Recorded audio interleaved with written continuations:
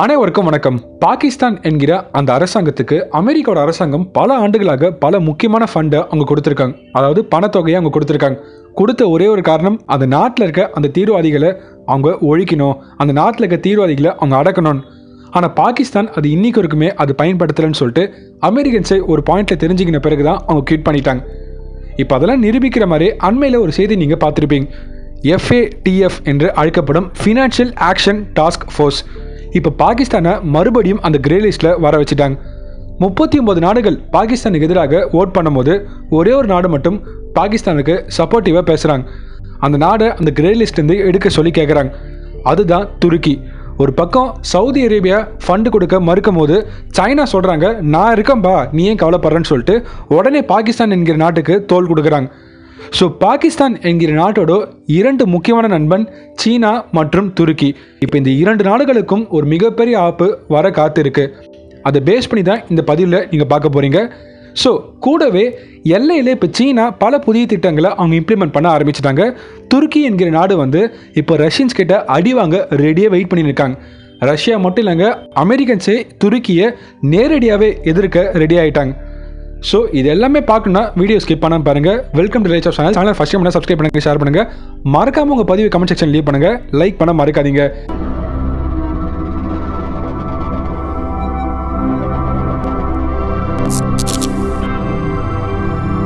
America மற்றும் Russia உலகத்தோட பெரும் நாடுகள்.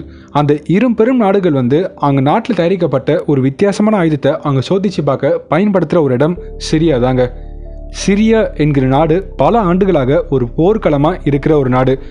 அந்த நாட்டில் அங்கே இருக்க தீவிரவாத அமைப்பை எதிர்த்து சண்டை போடுற ரஷ்யன்ஸ் ஒரு பக்கம், இன்னொரு பக்கம் அமெரிக்கன்ஸ்.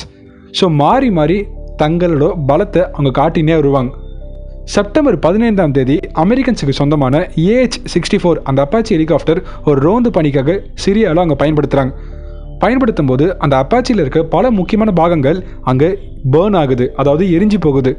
ஸோ அந்த அப்பாச்சியை உடனடியாக அவங்க தரையிறக்க வைக்கிறாங்க. தரையிறக்கின பிறகு அந்த அப்பாச்சியை ஒரு கூட்ஸில் வச்சு அவங்க எடுத்துன்னு போகிறாங்க. அந்தளவுக்கு அந்த அப்பாச்சி ஹெலிகாப்டர் பாதிப்புக்கு ஆளாச்சு. இதுக்கு காரணம் 80 கிலோமீட்டர் தொலைவில் இருக்க ரஷ்யாவுக்கு சொந்தமான ஒரு முக்கியமான ஆயுதம். அதுதான் கிராசுகா 4 எலக்ட்ரானிக் வார்ஃபேர் சிஸ்டம் சொல்லிட்டு அழைக்கிறாங்க. ரஷ்யன்ஸோட அந்த ஆயுதம் எலக்ட்ரானிக் வார்ஃபேர் சிஸ்டத்தை பயன்படுத்துகிறாங்கன்னு சொல்லிட்டு அமெரிக்காவோட பல மீடியா ரிப்போர்ட் பண்ணிருக்காங்க. அதுக்கான ஒரு ப்ரூஃப் தான் நீங்கள் பார்க்குறீங்க. ஸோ நாங்கள் சொன்னது இதுவுமே பொய் இல்லைங்க, இது மாதிரி ஒரு ஆயுதம் எங்களை தாக்கியிருக்குன்னு சொல்லிட்டு அமெரிக்காவே அதை ஒப்புக்கொண்டாங்க. ஆனால் டேரெக்டாக சொல்ல மாட்டாங்க, ஏன்னா அமெரிக்காவோட அது ப்ரெஸ்டீஜ் ப்ராப்ளம் ஆகிடும். இந்த கிராசுகா எலக்ட்ரானிக் வார்ஃபேர் சிஸ்டம் வெறும் 80 கிலோமீட்டர் மட்டும் தான் தாக்குமான்னு சொல்லிட்டு கேட்டிங்கன்னா இல்லைங்க. இதால் 300 கிலோமீட்டர், அதாவது 300 கிலோமீட்டர் தொலைவில் இருக்க ஒரு ஆளில்லா போர் விமானம், ஒரு ஹெலிகாப்டர், ஒரு நவீனமான விமானம் வந்தால் கூட அதை தாக்கக்கூடிய திறன் இதுகிட்ட இருக்குது. இந்த கிராசுகா இந்த விதமான ஏவுகணை மற்றும் புல்லட் இதுவுமே பயன்படுத்தாது. இது ஜஸ்ட்டு ஒரு கதிர்வீச்சுகளை மட்டும் தொடர்ச்சியாக அது வெளியிட்டுனே இருக்கும். சுருக்கமாக சொல்லணும்னா நம்ம இந்தியாவில் தயாரிக்கப்பட்ட காலி வெப்பன் மாதிரி. இந்தியாவில் தயாரிக்கப்படும் அந்த காலி ஆயுதத்துக்கும் ரஷ்யன்ஸோட அந்த கிராசுகாக்கும் நிறைய வேறுபாடுகள் இருக்குது. ரஷ்யாவோட அந்த கிராசுகா 4 எலக்ட்ரானிக் வார்ஃபேர் சிஸ்டம் விடவே இந்த காலி ஆயுதம் ரொம்ப சக்தி வாய்ந்த ஆயுதம். அதில் எந்த விதமான மாற்று கருத்தும் இல்லை. பட் இன்னைக்கு வரைக்கும் அது ஒரு அன்அஃபிஷியலான ஒரு தகவல். ஏன்னா கிராசுகாவால் ஒரே நேரத்தில் ஒரு 4 போர் விமானத்தை சுட்டு வீழ்த்த முடியும்னா, அதாவது அந்த கதிர்வீச்சை பயன்படுத்தி இந்த காலி வெப்பனால் இன்னும் பல போர் விமானம் வந்தால் கூட அதை தாக்கக்கூடிய திறன் இதுகிட்ட இருக்குது. இது எல்லாமே தியரட்டிக்கலாக இருக்குது, தவிர அஃபிஷியலாக DRDO ஒன்று டெஸ்ட் பண்ணி நமக்கு ரிலீஸ் பண்ணல. ஸோ அவங்க டெஸ்ட் பண்ணாமல் நம்ம இதுவுமே அது இருக்குதுன்னு சொல்லிட்டு நம்ம சொல்ல முடியாது. இருக்குது ஆனால் இல்லை, அதான் உண்மைங்க. டெஸ்ட் பண்ணுவாங்க, நிச்சயமாக டெஸ்ட் பண்ண தான் போகிறாங்க வருங்காலத்தில்.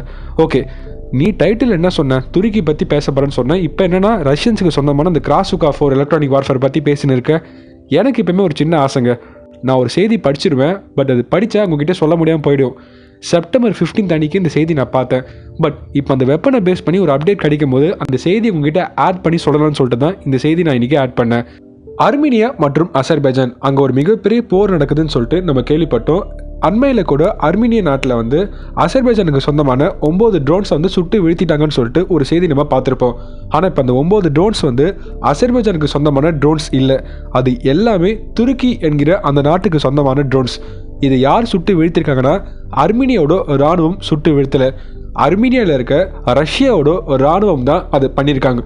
ஆமாங்க, ஏற்கனவே நம்ம பல பதிவில் பார்த்துருப்போம். அர்மீனியா மற்றும் ரஷ்யா ஒரு முக்கியமான அங்கம். சிஸ்டோ என்று அழைக்கப்படும் கலெக்டிவ் செக்யூரிட்டி ட்ரீட்டி ஆர்கனைசேஷன். அந்த அமைப்பு படி அர்மீனியாவில் வந்து ரஷ்யன்ஸு எக்கச்சக்க டிஃபென்ஸ் சம்மந்தமான ஒப்பந்தத்தில் ஈடுபட்டிருக்காங்க. அதே மாதிரி அர்மீனியா என்கிற அந்த நாட்டில் ரஷ்யாவுக்கு சொந்தமான யுமுரி என்று அழைக்கப்படும் ஒரு மிலிட்ரி பேஸ் கேம்ப் இருக்குது. ஸோ அந்த மிலிட்ரி பேஸ் கேம்போட அந்த ஏரோஸ்பேஸ் அந்த வான்வழி ரீதியாக துருக்கி நாட்டுக்கு சொந்தமான அசர்பைஜானுக்கு சப்போர்ட் பண்ணுறேன்னு சொல்லிட்டு அர்மீனியாக்குள்ளே போகும்போது ரஷ்யாவோட அந்த கிராசுகா ஃபார் எலக்ட்ரானிக் வார்ஃபேர் சிஸ்டம்க்கு ஒரு மிகப்பெரிய இரையாக மாறிட்டாங்க. இதை பார்த்துட்டு துருக்கி இன்னைக்கு ஒரு மிகப்பெரிய ஷாக்கில் இருக்காங்க. ஏன்னா இந்த போரில் இப்போ ரஷ்யா டேரெக்டாக இன்வால்வ் ஆக ஆரம்பிச்சிட்டாங்க. டேரெக்டாக இன்வால்வ் ஆகலைனாலும் ரஷ்யன்ஸ் என்ன சொல்லுவாங்க, நீங்கள் வந்து எங்கள் மிலிட்ரி பேஸ் கேம்ப்குள்ளே வர மாதிரி தெரிஞ்சுது, ஸோ அதனால தான் நாங்கள் தாக்கணும்னு சொல்லிட்டு ரஷ்யா சிம்பிளாக சொல்லிட்டு போயிடுவாங்க. ஸோ இப்போ இந்த போர் அர்மீனியா அசர்பைஜான் போர் இல்லாமல் துருக்கி விசஸ் ரஷ்யாவோட போராக மாறினு இருக்கு. துருக்கி நாட்டுக்கு சொந்தமான TB2 என்று அழைக்கப்படும் ஒரு முக்கியமான ட்ரோன்ஸ், அந்த மாதிரி 9 ட்ரோன்ஸ் அங்கே சுட்டு வீழ்த்திட்டாங்க. ஏற்கனவே துருக்கி என்கிற நாடு சிரியாலே அவங்க நிறைய ஆளில்லா விமானத்தை இழந்துட்டாங்க. இப்போது அசர்பைஜானை சப்போர்ட் பண்ணுறேன்னு சொல்லிட்டு இதுலேயும் அவங்க நிறைய ட்ரோன்ஸ் அங்கே இழக்க தான் போகிறாங்க. இப்படியே போச்சுன்னா துருக்கி என்கிற நாட்டுக்கு அந்த ட்ரோன்ஸ் இல்லாமல் போகும்னு சொல்லிட்டு நிறைய எக்ஸ்பர்ட்ஸ் நம்புறாங்க.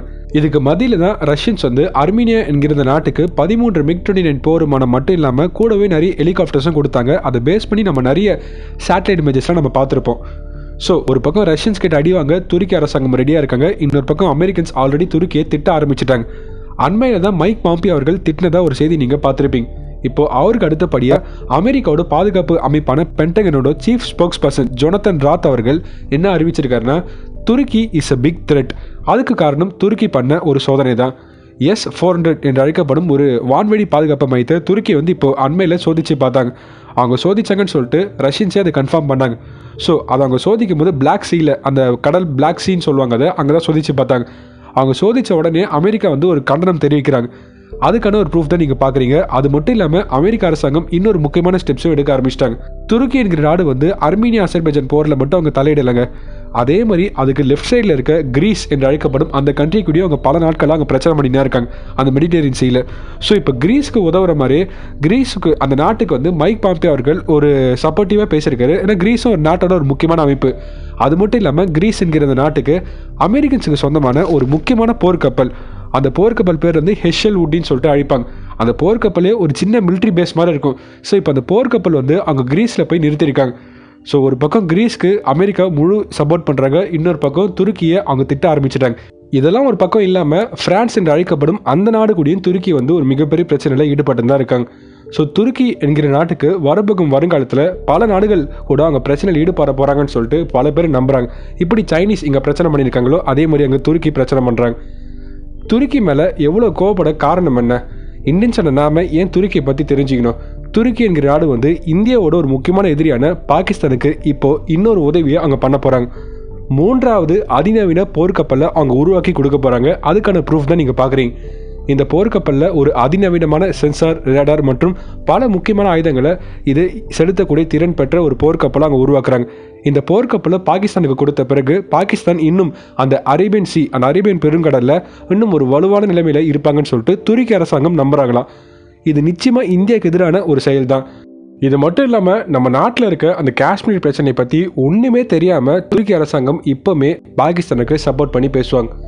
வரப்போகும் காலத்தில் துருக்கிக்கு ஒரு மிகப்பெரிய அடியை கொடுக்க ரஷ்யா, பிரான்ஸ், கிரீஸ், அமெரிக்கா போன்ற பல நாடுகள் வெயிட் பண்ணிட்டு இருக்காங்க. ஸோ இந்தியன்ஸோட நாம துருக்கி பற்றி செய்தி தெரிஞ்சிக்கலாம். ஆனால் துருக்கிக்கு எதிரான விஷயத்தை வந்து இந்தியன்ஸ் பண்ண தேவையில்லை, அதை மற்ற நாடுகளே பண்ணுவாங்க. இப்போ நம்ம அப்படியே சைனா பக்கம் வரலாம். சைனா இப்போ இந்தியாவுக்கு எதிராக 3+1 என்று அழைக்கப்படும் ஒரு முக்கியமான திட்டத்தில் அவங்க ஈடுபட்டிருக்காங்க. அதாவது 3 முக்கியமான ஏர்போர்ட்டை அவங்க கட்ட போகிறாங்க. இது எல்லாமே அவங்க அந்த டிபெட் பகுதியில் தான் கட்டுறாங்க. டிபெட்டில் டிங்கரி என்று அழைக்கப்படும் ஒரு ஏர்போர்ட்டை கட்டுறாங்க. அது கிட்டத்தட்ட 230 கிலோமீட்டர் அங்கேருந்து டோக்லாம்க்கு. அதுக்கு அடுத்தபடியே இன்னும் 2 ப்ராஜெக்ட் லுஹான்சி அண்ட் பூராங். இந்த ஏர்போர்ட் இந்த 3+1 ப்ராஜெக்டில் கட்டித்தர அத்தனை ஏர்போர்ட்டுமே ஒரு டியூவல் யூசேஜ்னு சொல்லிட்டு அழைக்கிறாங்க.